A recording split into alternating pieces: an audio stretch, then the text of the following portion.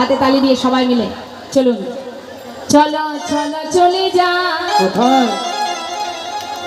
চলো চলে যা, আচ্ছা বৃন্দাবনে চলো রে সবাই। চলো চলো চলে যা, চলো চলে যা, বৃন্দাবনে চলো রে সবাই। চলো চলো চলে যা, চলো চলে যা, বৃন্দাবনে চলো রে সবাই। চলো চলো চলে যাই, বৃন্দাবনে চলো রে সবাই। শ্রীমতীর সাথে লয়ে, আহা শ্রীমতীর সাথে লয়ে হোলি খেলিছে কানাই। চলো চলে যা, বৃন্দাবনে চলো রে সবাই। চলো চলো চলে যাই, বৃন্দাবনে চলো রে সবাই। রাধে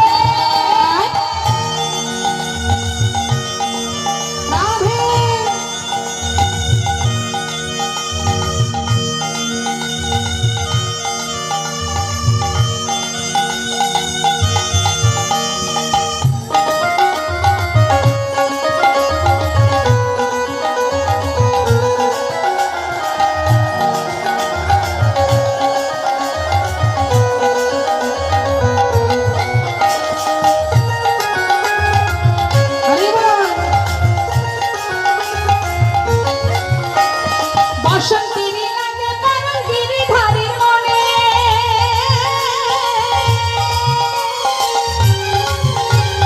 রঙের রঙে খেলে হরি রাধা রানীর সঙ্গে। বসন্তের লাগে পাগল গিরিধারীর মনে,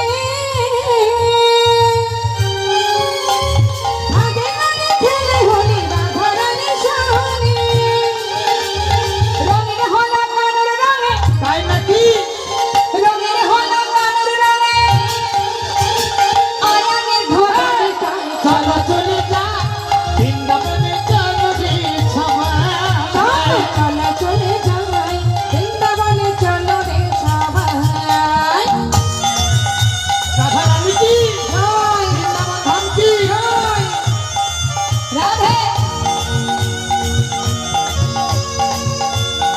আহা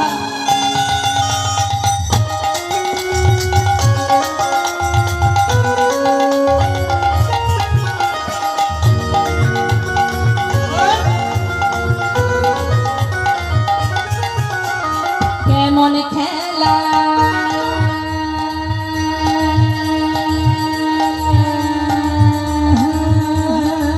হরি বল হরি বল।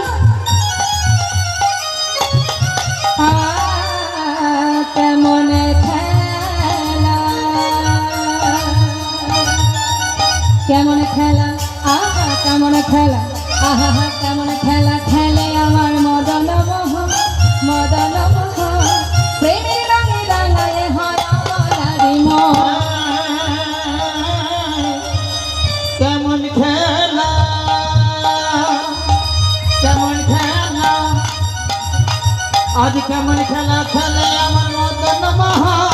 প্রেমে লাগে রাঙালে হয় আবুলার মন। কেমন খেলা, আহা কেমন খেলা খেলে আমার মদন মোহন, মদন মোহন। প্রেমের রঙে রাঙায় হয় আমার ও, কেমন খেলা, আজ কেমন খেলা, কেমন খেলা খেলে আমার মদন মোহন। প্রেমে লাগে রাঙালে হয় আবুলার মন। শ্রীমতীর নাচব বদন, তাই নাকি? শ্রীমতীর নাচব বদন, দেখে কৃষ্ণ চূড়া ডাঙায়। চলো চলে যাই, বৃন্দাবনে চলো রে সবাই। একবার চলো চলে যাই, বৃন্দাবনে চলো রে সবাই। আহা বৃন্দাবনে চলো রে সবাই, বৃন্দাবনে চলো রে সবাই। বৃন্দাবনে চলো রে সবাই। আহা বৃন্দাবনে চলো রে সবাই। ওই না বৃন্দাবনে চলো রে সবাই। উলুধ্বনি উলুধ্বনি।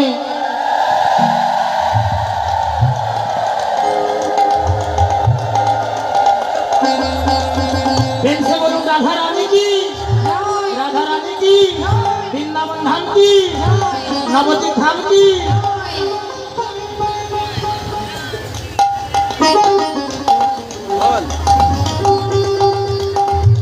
जय राधे श्याम जय अनिता जय जय।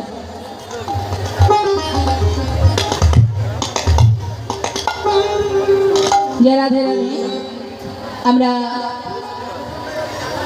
এত সময় গৌর কথায় ছিলাম, এলাম আমরা লীলা কথা। ভগবান কৃষ্ণচন্দ্র আস্তে কথা নয়, কথা বললে কথাই সময় চলে যাবে। সময় কারোর বন্ধু নয়, কারোর জন্য অপেক্ষা করবে না। কাল বড়, কালের কবল এমনই, কে জানে মা কখন কার সময় ফুরিয়ে যায়, তাই না? কি রাধে, আমাদের পরম সৌভাগ্য আজ এই সাধুগুরু বৈষ্ণবের মাঝে বসে হরিনাম শ্রবণ করছি। কে জানে কতটুকু সময় আমাদের আর আছে, শেষ নিঃশ্বাস কখন ত্যাগ হয়ে যাবে। তার কয়েকদিন আগেই তার প্রমাণ আপনারা পেলেন চোখের সামনে। জীবনে এই 25 সাল পড়াতে কত রকমের দুর্ঘটনা ঘটছে মা, এখনো জানি না যতদিন এই ধরায় থাকবো আরো কি কি দেখতে হবে। একজন দুজন নয়, 250-র উপরে প্রাণ চলে গেল। তারা কি জানতো কত স্বপ্ন নিয়ে, কত আশা নিয়ে ঘর থেকে রওনা হয়েছিল, কত আশা ছিল তাদের মনে। একবার চিন্তা করে দেখুন, এখানেই স্বর্গ, এখানেই নরক মা। আমাদের সব থেকে বড় আনন্দের বিষয়, এখনো পর্যন্ত আমরা সাধুগুরু বৈষ্ণবের সঙ্গ পাচ্ছি, কৃষ্ণ নাম শ্রবণ করতে পারছি। এক একটি দিন উঠছে, দিনের আলো প্রকাশ হচ্ছে, সূর্য দেখছি আমরা, চোখের পাতা খুলতে না খুলতে দিনের আলো দেখতে পাচ্ছি। ভগবানের চরণে জানাবেন, হে প্রভু যেমনই রেখেছো দুঃখেই রাখো আর সুখেই রাখো, এখনো তো এই পৃথিবীতে তোমার চরণ সেবা করার জন্য দেহে প্রাণটা আছে। চাই যে দিনটা আমাদের জীবনে চলে যাবে এবং সকালবেলা ঘুম থেকে উঠে যদি দিনের আলো দেখতে পাই, জানবেন আমাদের বড় পাওয়া। সকালবেলা ঘুম থেকে উঠে ভগবানের চরণে প্রণাম করে, তার চরণ স্মরণ করে দিনের প্রত্যেকটি কর্ম করবেন। অকর্ম কুকর্ম নয়, সুকর্ম। সকালবেলা ভগবানের চরণে যখন জানাবেন যে আজ এখনো আমি জীবিত বেঁচে আছি, আজ আমি আমার জন্য, সংসারের জন্য, আমার দায়িত্ব কর্তব্য পালনের জন্য যে পথেই আমি যাব, যে কর্মই করব, যদি সেই কর্ম সঠিক কর্ম হয় তাহলে তুমি আমার পাশে থেকো প্রভু। যেন তোমায় সঙ্গে করে নিয়ে, তোমায় সাথে করে নিয়ে চলতে পারি। আর যেদিন শেষ নিঃশ্বাস ত্যাগ হবে, যেন তোমাকে স্মরণ করতে করতেই যেতে পারি। এটাই বল, হরি বল, হরি বল। কারণ শাস্ত্রে আছে, মৃত্যুকালে যদি যে বাসনাই করুক না কেন, শেষ নিঃশ্বাস পরিত্যাগের সময় যদি ভগবানকে স্মরণ করা হয়, তার জীবনে যত পূর্বের যত পাপ, যত অপরাধে থাকুক না কেন, সমস্ত পাপ দূরীভূত হয়ে সে গোলকধামে পৌঁছে যায়। তাই মৃত্যুটা যেন ভগবানের স্মরণ করতে করতে হয়। তাহলে আমাদের প্রতিটা মুহূর্ত স্মরণ করতে হবে, নিঃশ্বাসে প্রশ্বাসে জপ করতে হবে। যদি অন্তিম সময়ে ভগবানের নাম জপ করতে হয়, তাহলে প্রতিটা মুহূর্ত করতে হবে, কারণ কে জানে কখন আমার অন্তিম সময় চলে আসবে। চিন্তা করে দেখুন, দুটো ছোট্ট ছোট্ট কন্যা সন্তান, 1 সপ্তাহ আগে মা মারা গেছে, লন্ডনে তার বাড়ি। সেই মা মৃত্যু আগে স্বামীকে বলেছিল আমার অস্থিটা নর্মদায় ভাসিয়ে দেবে। তাই সন্তান দুটোকে, কন্যা সন্তানকে মা বাবার কাছে রেখে স্ত্রীর শেষ ইচ্ছা পূরণের জন্য সেই অস্থি নিয়ে এসেছিল নর্মদা, গুজরাটে। গুজরাটে এসে নর্মদায় তার স্ত্রীর শেষ বাসনা পূর্ণ করে যখন তার স্বামী ঘরে ফিরবে, তখনই বিমান দুর্ঘটনায় সেও চলে গেল। 1 সপ্তাহের মধ্যে দুটো সন্তান মা বাবা হারা হলো। আর কত কথা বলবো, সবই আপনারা জানেন। একটা নয়, দুটো নয়, 3টি সন্তানকে নিয়ে মা বাবা মারা গেলেন। যিনি পাইলট ছিলেন তার কথা তো আরো মর্মান্তিক। বাবার 90 বছর বয়স, কথা দিয়েছিল লন্ডন থেকে এসে আমি আমার চাকরি ছাড়বো, বাকি দিন কটা বাবা তোমার কাছে থাকবো। শেষ স্বপ্ন পূরণ হলো না। একটি 90 বছরের পিতা সন্তান হারা যন্ত্রণা কি করে নেবে? তাই জেনে রাখবেন মা, আসার পালা আমাদের সবার শেষ হয়ে গেছে, বাকি রয়েছে যাবার পালা। যতটুকু সময় দেহে প্রাণ আছে, যিনি এক পলকে বিশ্ব ব্রহ্মাণ্ড লয় করে দিতে পারে, সৃষ্টি করতে পারে, যার ইশারায় এই পৃথিবী চলে,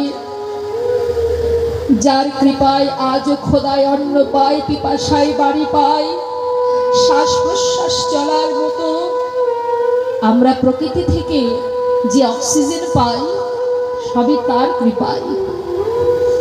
যেদিন বন্ধ করে দেবে সেদিন আর কিছুই নিতে পারবো না। জগতে যার প্রতি ভরসা থাকো, যার প্রতি তুমি নির্ভরশীল হও না কেন, এই ভাবনাটা মন থেকে মুছে দিতে হবে। তোমাকে রক্ষা করার মালিক একজনই আছে,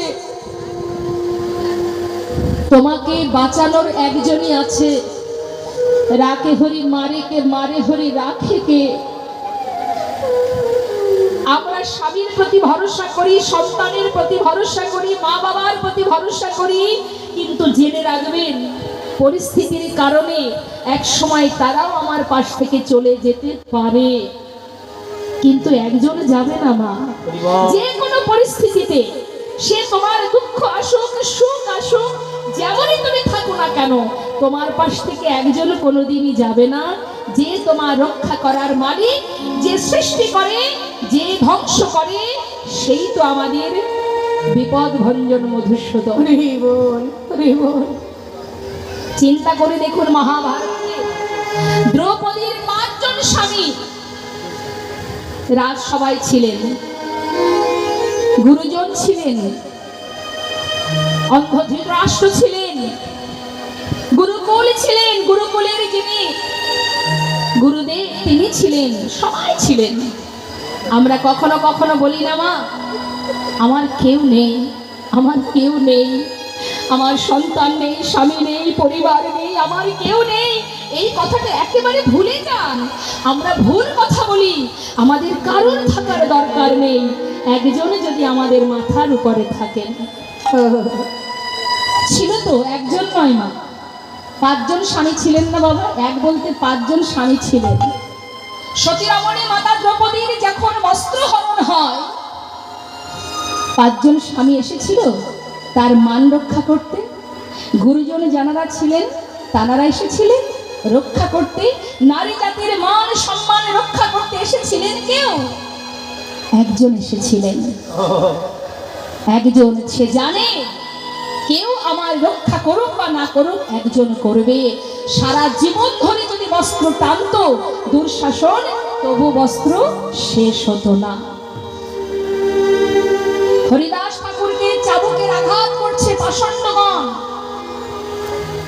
যখন পাষণ্ড মারছে, পাইপ পেয়াদা আঘাত করছে, কেউ ছিল হরিদাস ঠাকুরের পাশে?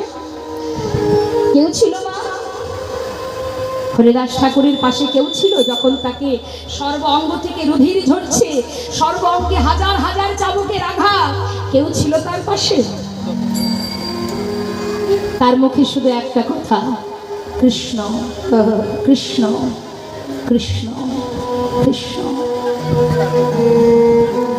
রক্ষা করেছিল কে? সেই গোবিন্দ। তাই আমাদের সিদ্ধান্তটাই ভুল হয়ে যায় মা। চলে যখন আমাকে যেতেই হবে, চিরকাল এখানে আমরা থাকবো না, যেতে যখন আমাকে হবে, তাহলে আমার জায়গাটা যেন সুন্দর হয়, যেন আমাকে নরকগামী হতে না হয়। আমি যেখান থেকে এসেছি সেখানে যেন যেতে পারি, সেই চিন্তা নিয়েই আমাদের চলতে হবে। তুমি জেনে রাখবে, সংসার জীবনে চলতে গেলে অনেক ভুল, অনেক অন্যায়, অনেক পাপ কর্ম অনেকে করে থাকেন, কিন্তু এটা মাথায় রাখবেন, সে কর্মের ফল বেশি দিন লাভ করা যায় না। তুমি কষ্টে আছো, দুঃখে আছো, কৃষ্ণের প্রিয় সখা সুদামা সারা জীবন একটু একটু করে সব শেষ হয়ে গেছিল। গাছতলাতে পরিবার নিয়েছিলেন, ঝড় বৃষ্টি মাথার উপর। গোবিন্দ কি জানতেন না? নিশ্চয়ই জানেন, কারণ তিনি তো প্রত্যেকের হৃদয়ে আছে, এখানে আছে। তার কিছু জানতে বাদ থাকে না? এত কষ্ট পেয়েছে সুদামা, কিন্তু কোনোদিন সুদামা কৃষ্ণ নাম ছাড়া এক পাও চলেছে না। তাই তো সেই সুদামাকে জেনে রাখবেন, যদি কষ্ট ক্ষণিকের সময় থাকে আবার চলেও যায়, কিন্তু দীর্ঘ সময় যদি আপনার জীবনে কষ্ট থাকে, জানবেন এটা প্রভু আপনাকে দিচ্ছে। কেন?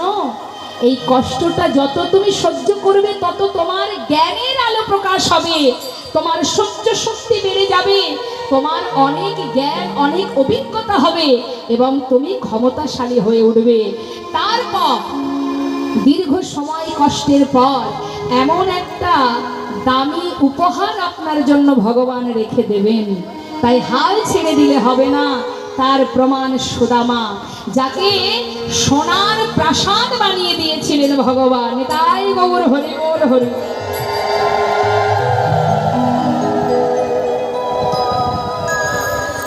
তাই ভক্ত হওয়া সহজ কথা নয় মা। সবার কাছে নিবেদন, ভরসা নির্ভরশীল।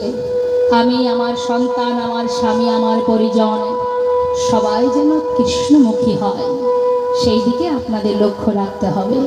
কারণ গোবিন্দ ছাড়া আমরা তার কাছে নিমিত্ত মাত্র, সে ছাড়া আমাদের আর কেউ নয়, কেউ নেই, তিনিই পারেন।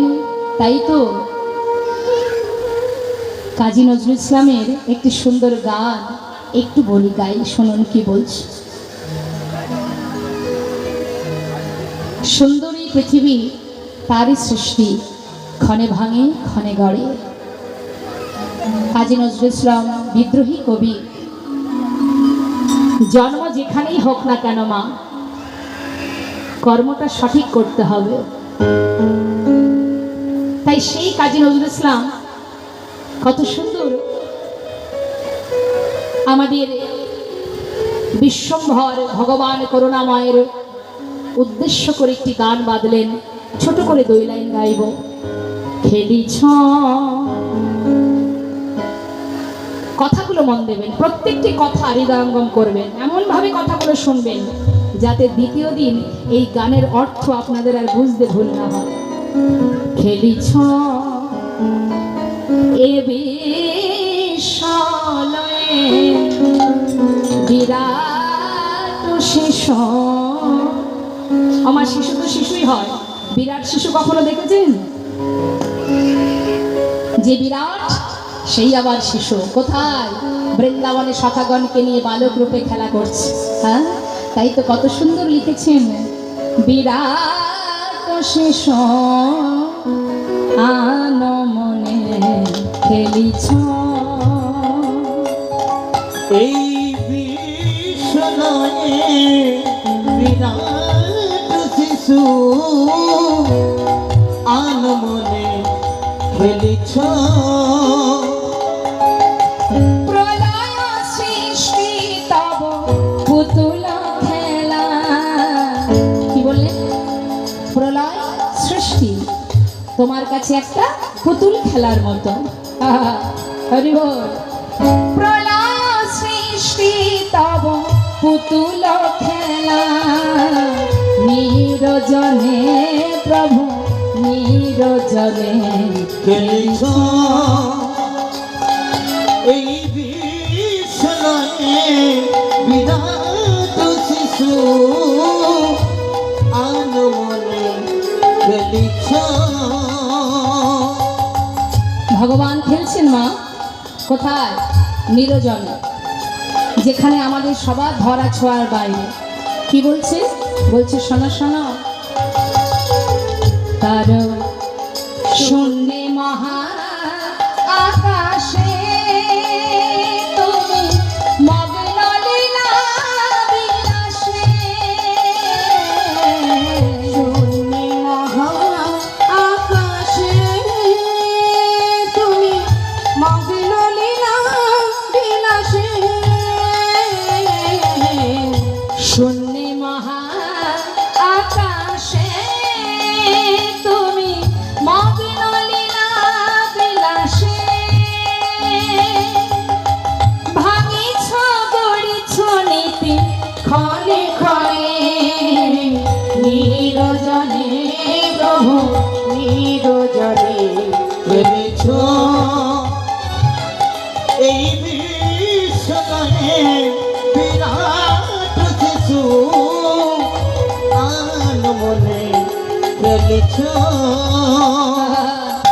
তারকার বিশ্বসী ফেলো না তব হে দাসী পড়িয়া আছে রাঙা পায়ের কাছে রাশি রাশি তারকার বিশ্বসী ফেলো না তব হে দাসী পড়িয়া আছে রাঙা পায়ের কাছে রাশি রাশি নিত্য তুমি হে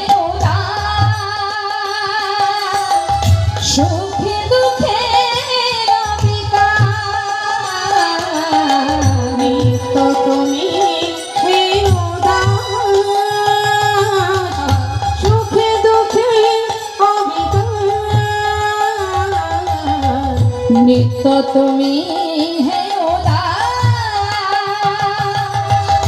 সুখে দুঃখে হাসিছ খেলিছ তুমি আপন নিরজনে প্রভু নিরজনে খেলিছ এই বিশ্বনে বিরাট শিশু আনমনে খেলিছ এই বিশ্বনে বিরাট শিশু আনমনে খেলিছ এই বিশ্বনে বিরাট শিশু আনমনে খেলিছ। তাই মনোযোগ সহকারে আমাদের লীলা শ্রবণ করতে হবে মা। আজ ভগবান কৃষ্ণ বৃন্দাবন ছেড়ে তিনি চলে গেলেন দ্বারকায়। সেখানে গিয়ে তিনি তো রাজা হয়ে বসে আছেন বাবা। এদিকে কি হলো মা? হরে কৃষ্ণ। ভগবান প্রভাস নদীর তীরে যজ্ঞ করলেন। প্রভাস নদীর তীরে। প্রভাস নদীটা কোথায়? প্রভাস নদীটা হচ্ছে গুজরাটে। গুজরাটে একটি সৌমতীর্থ বলে জায়গা আছে। এই সৌমতীর্থ হলো কিভাবে না, সেখানে এক দেবাদিদেব মহাদেবের বিগ্রহ সেবা হয়। সেই বিগ্রহের নাম হচ্ছে সোমনাথ। ভোলানাথের নাম সোমনাথ। সেই সোমনাথ নাম অনুসারে সেই জায়গাটির নাম সৌমতীর্থ। এখন ওই সৌমতীর্থে মা একটা নদী আছে যার নাম হলো প্রভাস। হরে কৃষ্ণ। তা প্রভাস নদীটার নামটা কি করে পেল? নামটা কিভাবে পেল শুনুন। চন্দ্রদেবের 27 জন স্ত্রী, তথাপিও চন্দ্রদেব গুরুপত্নীর প্রতি আকৃষ্ট হয়েছিলেন। গুরুদেব অভিশাপ করেছিলেন যে তোমার ক্ষয়রোগ হবে। তুমি তোমার গুরুপত্নীর প্রতি আকৃষ্ট হয়েছো, মানে গুরুমার প্রতি আকৃষ্ট হয়েছো। সেই কারণে গুরুদেব অভিশাপ দিচ্ছেন। গুরু বৃহস্পতি কি অভিশাপ না, তোমার ক্ষয়রোগ হবে। এই যে তোমার 16 কলা, এক এক দিনে এক এক কলা ক্ষয় হতে হতে একদিন তুমি শেষ হয়ে যাবে।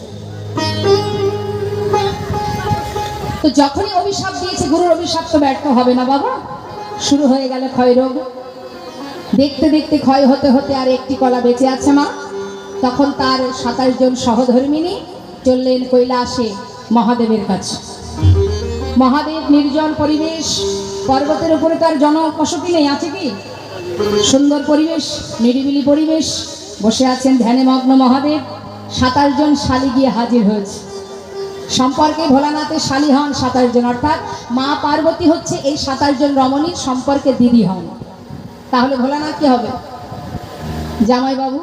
27 জন শালী গিয়ে উপস্থিত। জামাই বাবু, ও জামাই বাবু, ও জামাই বাবু, ও জামাই বাবু।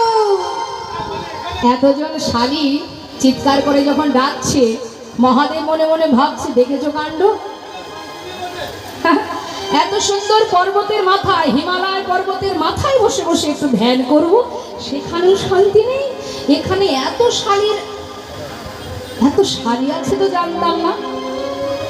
আসা যাওয়া না থাকলে কি আর হয় গো? বিপদে পড়েছি তাই এসেছি, সে তো জানি। বিপদে না পড়লে কি আর কেউ আমার কাছে আসে? কি সমস্যা? আমাদের পতি প্রাণ হারাতে বসেছে, তাই আপনার কাছে এসেছি আমাদের পতির প্রাণ রক্ষা করবার জন্য। মহাদেব বললেন দেখো, সবে বুঝলাম, কিন্তু স্বামীর একটা কলাও যদি বেঁচে থাকতো তাহলে কোনো উপায় বেরোতো। আছে এখনো একটা কলা। দেরি না করে সেই একটি কলা নিয়ে এসে আমার মাথায় যে জটা, এর ভিতরে গঙ্গা আছে, এর মধ্যে রেখে যাও। এটা হচ্ছে অভিশাপ প্রুফ। অর্থাৎ এই গঙ্গার মধ্যে যদি কাউকে রাখা হয়, তার যত অভিশাপই জীবনে থাকুক না, কোনো অভিশাপ কাজে লাগবে না। রেখে দিয়ে যাও। আর তোমরা সবাই মিলে গুরুদেবের কাছে গিয়ে পতির প্রাণ ফেরানোর জন্য তার চরণ ধরে প্রার্থনা করো। ভোলানাথের কথা মতো একটি কলা ভোলানাথের মাথায় রেখে দিয়ে এবার সবাই চললেন গুরুদেবের কাছে। গুরুদেবের কাছে গিয়ে বললেন যে আমরা সতী রমণী, পতি যদি চলে যায়, আমরা সকল রমণী, কে আমাদের আশ্রয় দেবে? তার আশ্রয় থাকবো আমরা। কে রক্ষা করবে? কে মান দেবে, সম্মান দেবে? আমরা তো কোনো অপরাধ করিনি গুরুদেব, আমাদের এত বড় বিপদে ফেলবেন না।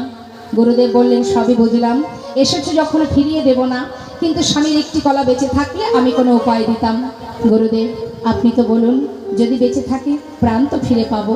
বেশ, একটা কলাও যদি থেকে থাকে, ওই সমতীর্থে যে নদী আছে, ওই নদীতে স্নান করালে তোমার পতির প্রাণ তোমরা ফিরে পাবে। সেই মহাদেবের মাথা থেকে একটি কলা নিয়ে যখন স্নান করালো সমতীর্থে নদীতে, তখনই কিন্তু পুনরায় পুণ্যজ্যোতি ফিরে পায় চন্দ্রদেব।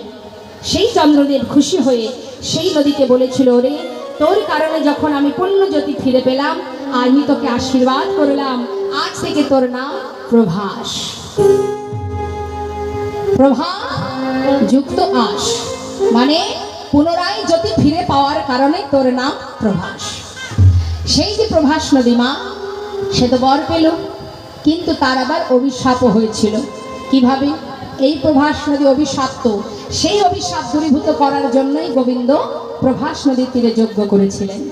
তা অভিশাপ কে দিল? না, অভিশাপ দিল একজন। তিনি কে?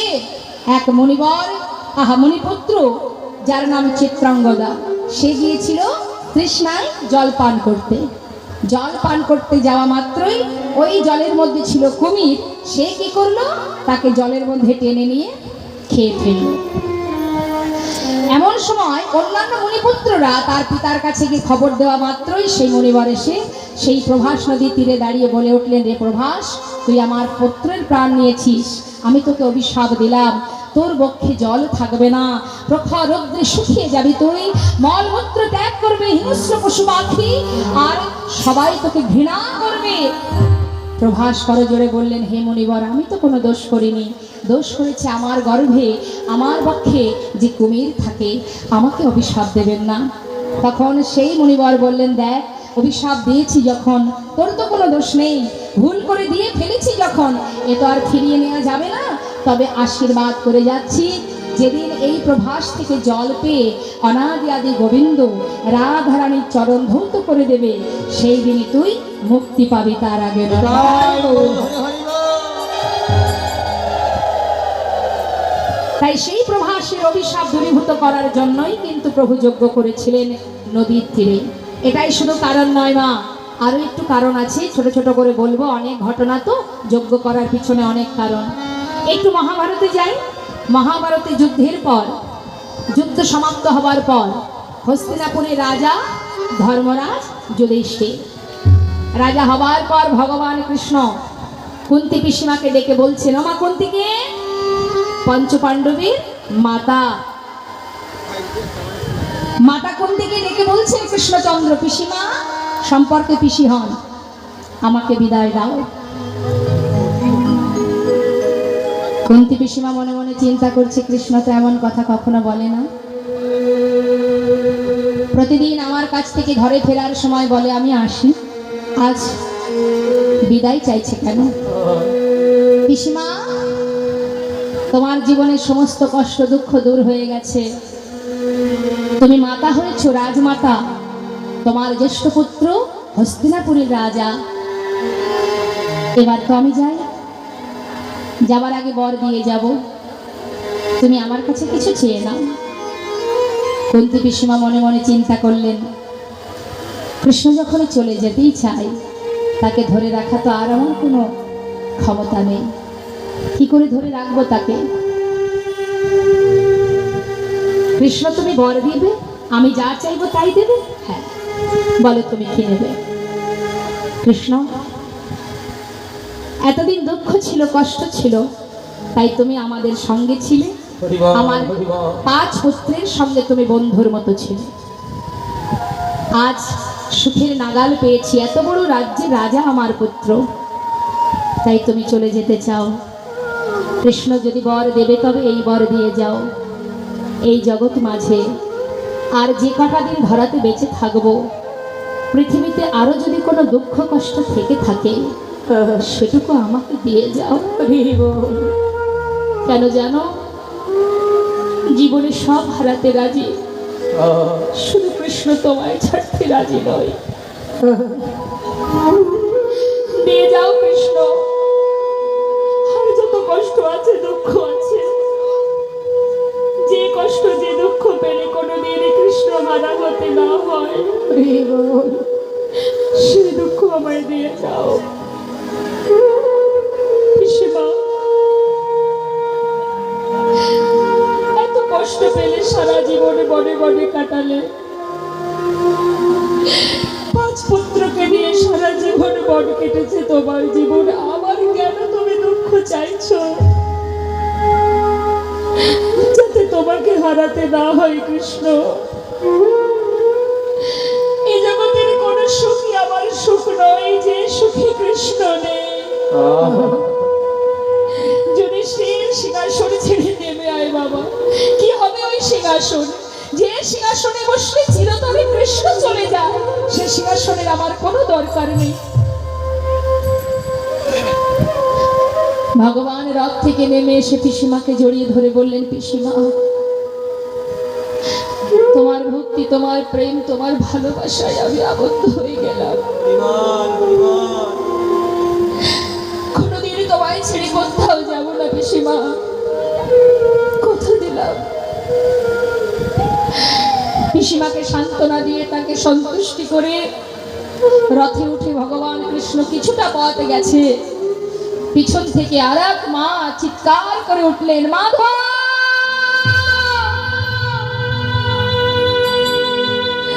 মাধব, একটু দাঁড়াও মাধব, একটু দাঁড়াও।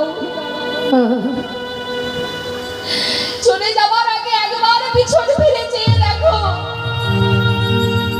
আমাকে চিনতে পারছো কিনা? ভালো করে দেখো, চিনতে পারছো তুমি? আমি সেই মা,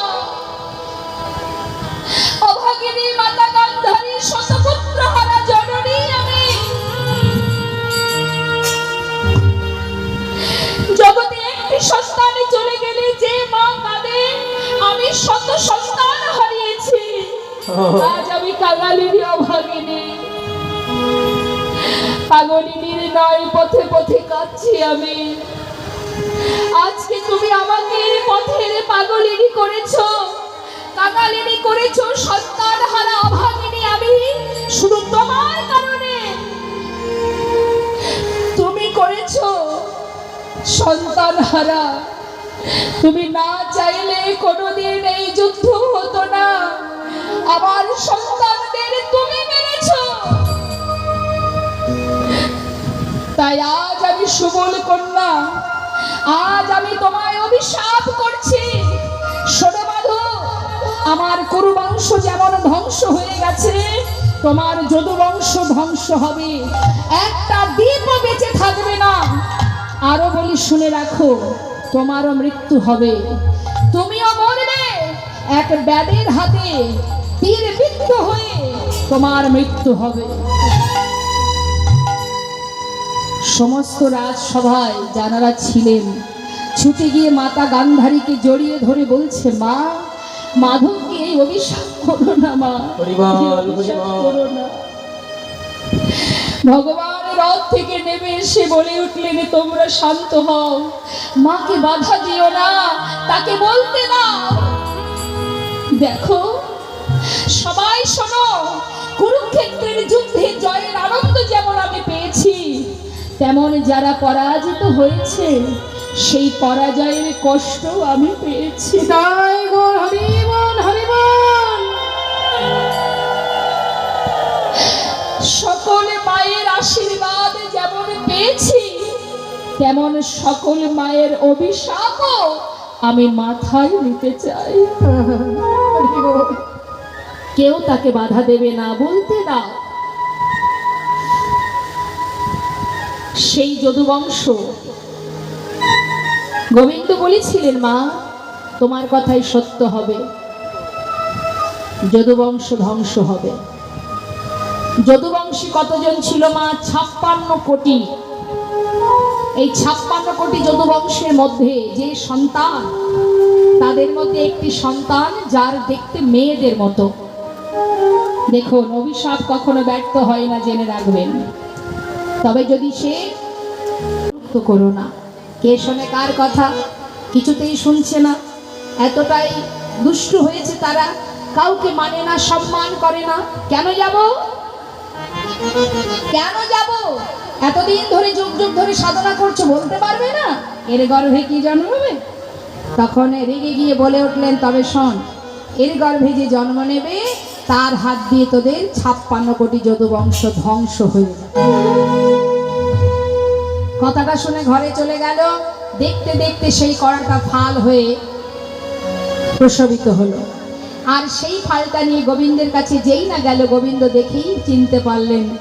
মৃদু হেসে বলে উঠলেন, বালক, এটাকে নিয়ে গিয়ে প্রভাস নদীর তীরে যে পাথর আছে, পাথরে ঘষে ঘষে এটাকে শেষ করে দাও। বালকগণ চললেন প্রভাস নদীর তীরে, ঘষে ঘষে, যত ঘষছে মা তত ফেনা বাহির হচ্ছে। আর ফেনাগুলো নদীর ধার বরাবর যাচ্ছে, আর সেখান থেকে নল খাগড়ার গাছ তৈরি হচ্ছে। ঘষতে ঘষতে যখন আর এতটুকু বাকি, চিন্তা করছে এটা দিয়ে আর কি বা হবে। আহা, জলে ফেলে দিয়েছে। যেই না জলে ফেলে দিয়েছে, সেই ফালটা, ছোট ফালটি গিলে খেয়েছে মাছ। মাছে গিলে খেয়েছে। সেই মাছটি কি না? রাঘব বোয়াল মাছ। মাছটা খাওয়ার পরে ধীবরেরা মাছ ধরতে গিয়ে জালের মধ্যে সেই রাঘব বোয়ালকে পেয়েছে। যখন তীরে তুলেছে মা, কর্তন করা মাত্রই পেটের ভিতর থেকে ফালটা আবার বাইরে বেরিয়ে এসেছে। সেটাকে নিয়ে ধীবরেরা কি করবে? সেই ফালটা নিয়ে জঙ্গলে ছুঁড়ে ফেলে দিয়েছে। আর ওই জঙ্গল থেকে কুড়িয়ে পেয়েছে জরা নামের এক ব্যাধ। জরা নামের এক ব্যাধ। ব্যাধেরা কি করে মা? পাখি ধরে, তীর মারে, তাই না? ব্যাধ যখনই